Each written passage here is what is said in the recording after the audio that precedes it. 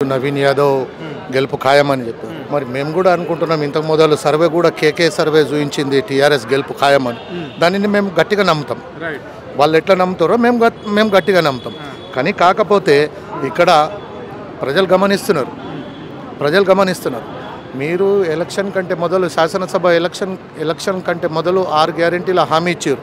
420 పక్కన పెట్టి 6 గ్యారెంటీ పైనే మనం చర్చించుకుందాం. 6 గ్యారెంటీలలో మొట్టమొదటి గ్యారెంటీ అయినటువంటి ఫ్రీ బస్ ఒకటి అమలు చేశారు. ఓకే, దాన్ని నేను కూడా ఏకీభవిస్తాను. కానీ దాంట్లో కూడా ఫ్రీ బస్సులో కూడా భార్యాభర్తల మధ్య కొట్లాడబెట్టి, అక్క అన్నల మధ్య కొట్లాడబెట్టి, ఇక్కడ ఆడోళ్లకు ఫ్రీ బస్ అని చెప్పి మగవారి పైన పెనుభారం మోపిండు. ఇది ప్రజలు గమనిస్తున్నారు. మరి రెండవది కళ్యాణ లక్ష్మి షాదీ ముబారక్ కేసీఆర్ గారు ఇచ్చినటువంటి ఎంతో మంచి పథకాలు. షాదీ ముబారక్ కళ్యాణ లక్ష్మి పేదవాళ్ళకు కళ్యాణ లక్ష్మి 1,16,000 రూపాయలు కేసీఆర్ గారు ఇస్తే ఈయన శాసనసభ ఎన్నికల కంటే మొదలు కలిబొలి మాటలు చెప్పి ఆ 1,00,000తో పాటు తులం బంగారం ఇస్తా అన్నారు. నాయన 2.5 సంవత్సరాలు అయినాయి. ఆ తులం బంగారం ఎక్కడుందని నేను ప్రశ్నిస్తున్నా. అలాగే ఇంటి ఆడపడుచులకు 2,500 వచ్చిన నేను గెలిచిన 1వ నెలనే ప్రతి ఆడపడుచుకు యువతులకు ఇంట్లో ఖాతాల్లో మీ 1 నెలలోనే ఖాతాల్లో 2,500 వేస్తా అన్నాడు.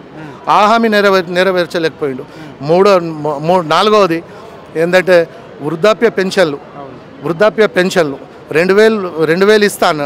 2,000 కేసీఆర్ గారు ఇస్తే 2,000 కంటే నేను ఇంకా అదనపు 2,000 కలిపి 4,000 ఇస్తాను. అయ్యా, ఆ 4,000 ఎక్కడున్నాయని నేను ప్రశ్నిస్తున్నా. అటువంటి అప్పుడు ప్రజలు గమనిస్తున్నారు. తీర్పు ఎలాంటిదో వస్తుందో ప్రజలే ఆ తీర్పు 11వ తారీఖు నాడు చెప్తారు. అయితే నేనేమంటున్నా అంటే, మీరు అడిగిన ప్రశ్నలకు సమాధానం ఏంటంటే, రాష్ట్ర ప్రభుత్వం కనివెని ఎరగని రీతిలో, ఎక్కడ ఏ రాష్ట్రంలో లేనటువంటి రీతిలో పూర్తిగా వైఫల్యమైంది. దాన్నే మేము బ్రహ్మాస్త్రంగా వాడుకొని మేము విజయకేతనం ఎగిరిస్తామని మేము చెప్తున్నాం. టోటల్లీ 100% రాష్ట్ర ప్రభుత్వం మన తెలంగాణలో పూర్తి వైఫల్యాలతో మునిగి ఉంది.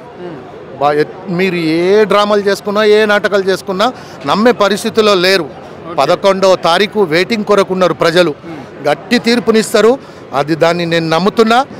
ఎట్టి పరిస్థితుల్లో మాగంటి సునీత గారు అత్యధిక మెజారిటీతో గెలుస్తారని ఆ భగవంతుని మీద నమ్మకం పెట్టుకొని మా కార్యకర్తల కష్టార్జితం దానికి ప్రతిఫలంగా వస్తుందని ఆశిస్తున్నాం.